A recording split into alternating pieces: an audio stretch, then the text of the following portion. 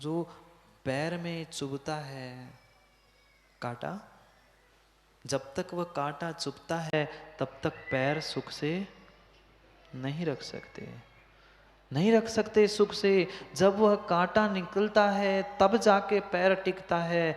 ऐसे ही जब तक माया मिथ्या निदान रूपी कांटा तुम्हें भीतर चुभ रहा है, चुभ रहा है, चुभ रहा है, तब तक वह व्रतिपना नहीं है, क्योंकि वो निश्चल्य व्रति, शल्य से रहित ही व्रति होता है। किसी भी प्रकार की माया कर रहा है, मिथ्या बातें कर रहा है, या उस निदान में जी रहा है, वह कभी भी व्रति हो नहीं सकता। माया की तो माया क्या कहना, क्यों माताओं? माया की तो माया कहना ही क्या, लीला ही अपरंपार है। सुबह से लेकर शाम तक, और शाम रात दिन कितने वर्ष बीत गए, स्वयं को ही पता नहीं कितनी मायाचारी आज तक कर ली। क्यों, आप लोग भी नहीं करते होंगे ना मायाचारी? नहीं करते? सब सब चोर चोर मौसेरे भाई बैठे हैं, कोई दूध का दूल्हा नहीं है। इसलिए दूसरों में नहीं, अपने में झांकना है। कोई कोई दूध का दूल्हा नहीं है। वो कह सकते हैं, आप माताएं कह सकती, आप भी कह सकते, महाराज जी आपको क्या है, आपको तो बनी बनाई मिलती है, हमें तो कमाने हैं, हमें तो बनाने हैं। कमा लो, बना लो, तो आप पाप कमा रहे हो और आप अपने लिए आने नरकों की व्यवस्था बना रहे हो। परम सत्य है, ऐसा ही है। तो मानो नहीं मानो, जहां माया है वहां माया है, और जहां माया है वहां भीतर की भी माया है। और ये माया शल्य है, माया शल्य है, माया शल्य है। माया से धन नहीं मिलता संजीव भाई, माया से कोई काम नहीं बनता। ये व्यर्थ की संकल्पना है। माया करने से कार्य की सिद्धि होती है, चिकनी चुपड़ी बातें देने से काम बनती है, जरूरी नहीं है। नहीं है बिल्कुल चिकनी चिकनी बातें करने की। वह जो सत्य है वो सत्य है, तो मानो नहीं मानो, वो कह दोगे तो काम बनेगा। हम आज की तो व्यवस्था बनाने के चक्कर में भूल जाते हैं उस माया शल्य के कारण कि मैं कल की स्वयं की व्यवस्था बिगाड़ रहा हूं। कौन किसकी व्यवस्था बिगाड़ता है सुमन जी? कोई किसी की व्यवस्था नहीं बिगड़ता, कोई किसी की व्यवस्था नहीं बिगाड़ता। हर व्यक्ति भविष्य की व्यवस्था स्वयं के हाथों से बिगाड़ता है। गृहस्थ अवस्था का ही व्याख्यान चल रहा है, श्रावकाचार कह रहे हैं, कोई महाव्रतों की मूलाचार की व्याख्या नहीं चल रही। श्रावकों के लिए ही कह रहे हैं कि श्रावक जो है, अगर तुमने कुल में जन्म लेने से श्रावक नहीं हो, ये श्रावकपणा है। अगर तुम्हारे भीतर वह प्रतिमा धारण करने के भाव नहीं है, तो तुम मात्र और मात्र उस खेत में खड़े हुए, याद आ गया ना, खेत में खड़े हुए उस बिजुका के तरह से तुम श्रावक और धर्मात्मा हो।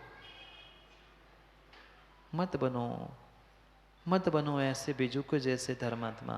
मत माँ छू छू छू छू करके सोले के वस्त्र, हम सोले के, हम सोले के, वे बिजू के जैसे तुम भी तो सोले के कपड़े पहन के खड़े हो गए। मैं व्रती, मैं धर्मात्मा, मैं सोले का खाता हूँ। अरे सोले का खाते हो तो सोले का जीवन भी तो जियो।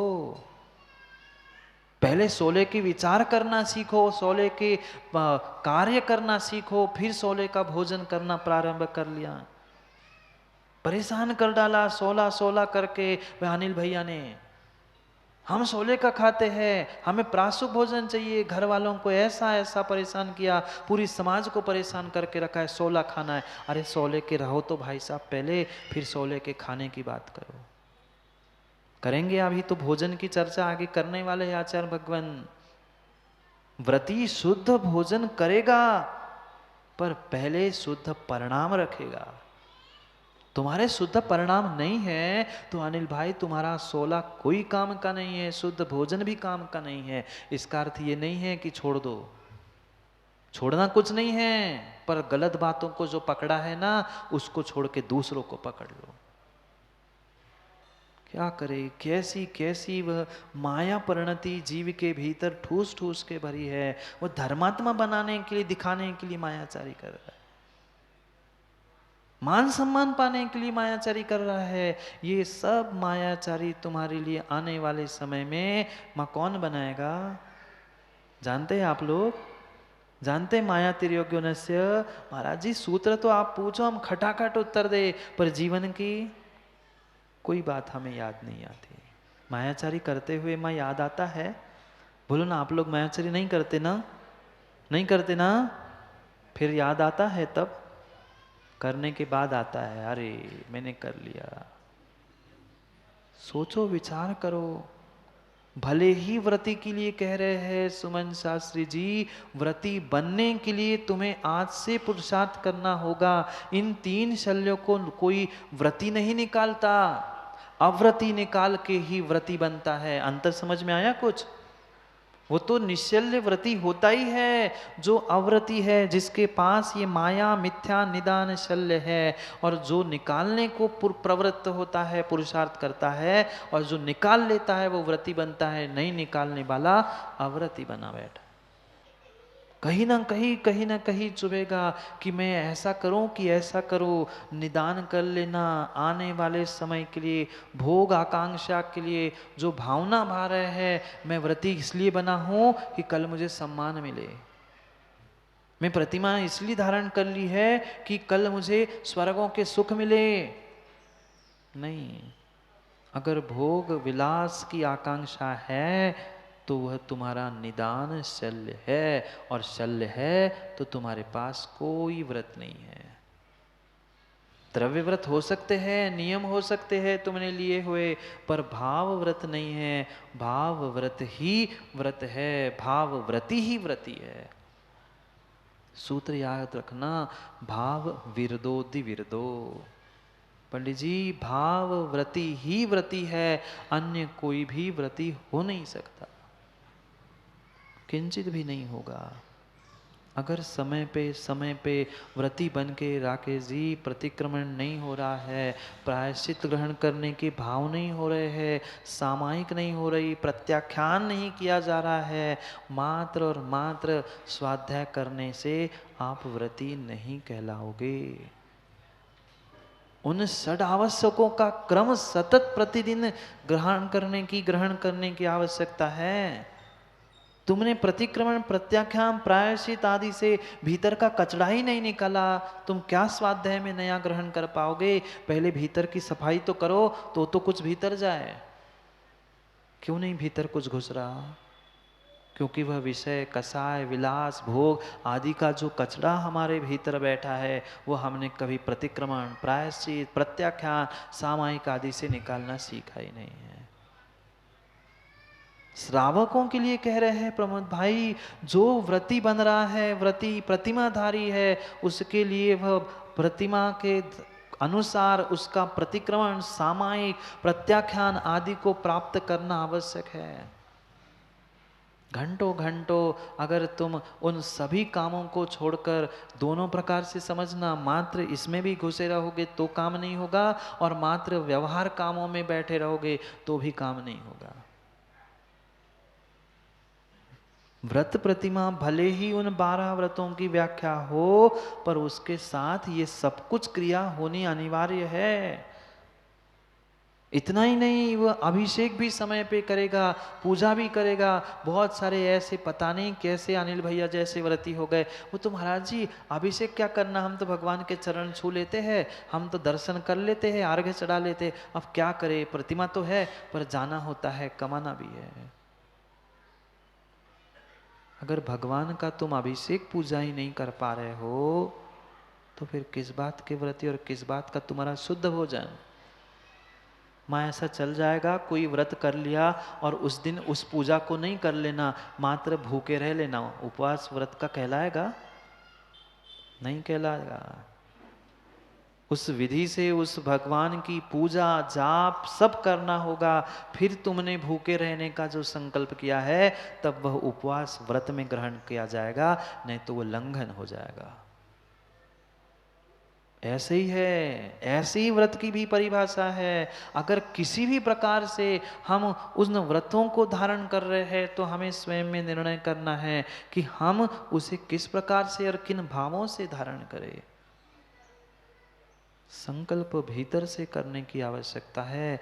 ये जितनी भी प्रतिमाएं, धर्म, पूजा पाठ, प्रतिक्रमण, सामायिक व्रत आदि कहे हैं, ये किंचित भी रूढ़ियां नहीं है, बिल्कुल भी रूढ़ियां नहीं है। सबके पीछे हमारे आगम ग्रंथों में आचार्य भगवंतों ने उस सबका एक एक एक एक करते हुए व्याख्यान किया है कि व्रत क्यों लेना, वह दर्शन प्रतिमा किस कारण से, सामायिक क्यों, प्रोषोदोपवास आदि आदि सबका शास्त्रोक्त पद्धति से आचार्य भगवंतों ने कारण बताया है। इसलिए तुम ऐसा करो। अब पुराणों को, पुराने बुजुर्गों को ही बातें पता नहीं है, इसलिए पंडित जी है क्या दादाजी, नहीं है पता तो हम आने वाली पीढ़ी को क्या देंगे, और नहीं दे रहे हैं तो फिर धर्म का वंश कैसे आगे बढ़ेगा। कुल का तो बढ़ जाएगा, पर धर्म का देना आपको ही होगा, देना आपको ही होगा। आपको करके दिखाना होगा कि हमने भी अपने, वह भले ही जीवन भर नहीं ले पा रहे हैं, ढलती उम्र में तो हम प्रतिमा व्रत आदि ग्रहण कर सकते हैं, पर भाव ही नहीं होते जीवों के, भाव ही नहीं होते जीवों के। क्यों? क्योंकि कहीं न कहीं नरक आयु का बंध किया है। दुर्गति का बंध जिसका होता है वह कभी भी व्रतों को, नियमों को धारण करने के भाव भी नहीं करता। लेने की तो बात छोड़ दो, लेना तो बहुत दूर की बात, लेने के भाव भी नहीं करता।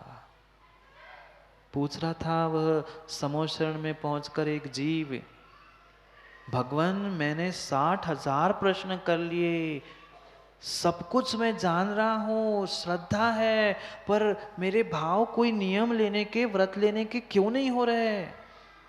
कौन माँ जानते हैं? हमने भी तो कितने सारे ग्रंथ पढ़ डाले, हमने भी कितने सारे प्रश्नों को समझ लिया, पर हमारी भी तो ऐसी परिणति है।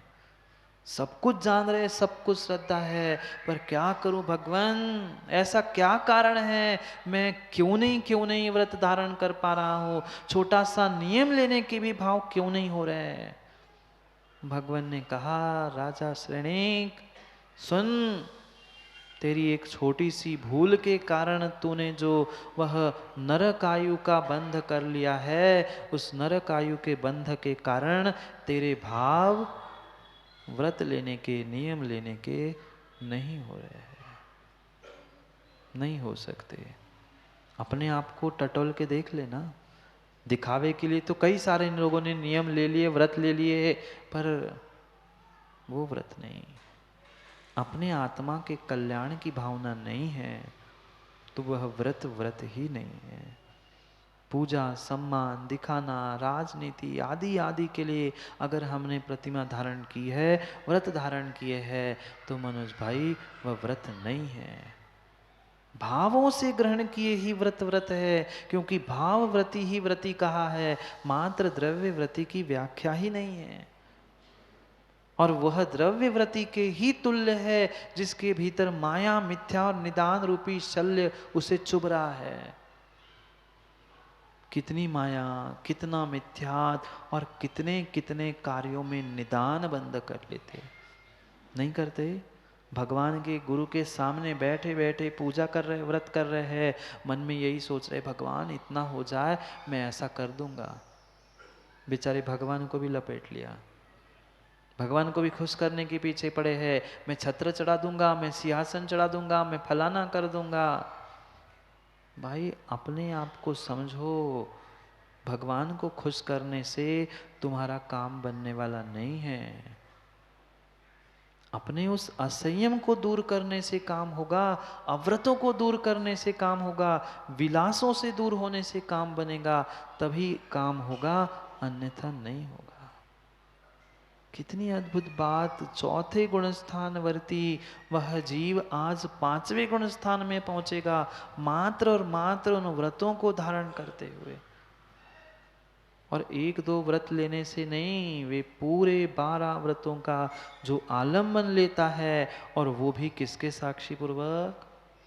दिगंबर गुरु के चरणों में पहुंचकर जो करता है और जो उसका निरतिचार पालन करता है वो।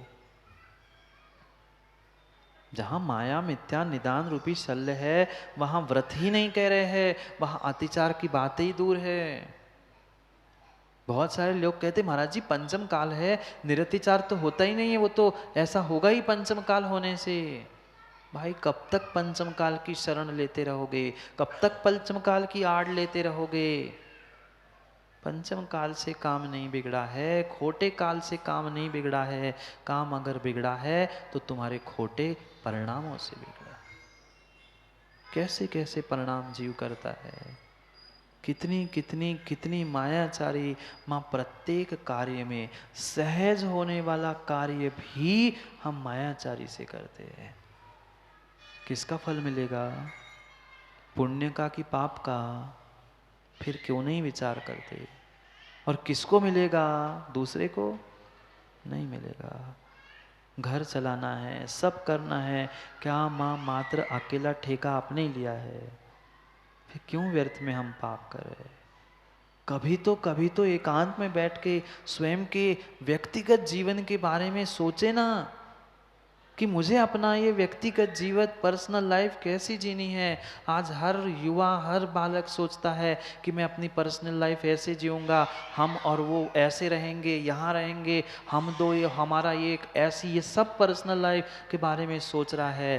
पर व्यक्तिगत जो हमारा निजी धर्म से जुड़ा हुआ जीवन है वह अध्यक्ष जी कब समझेंगे।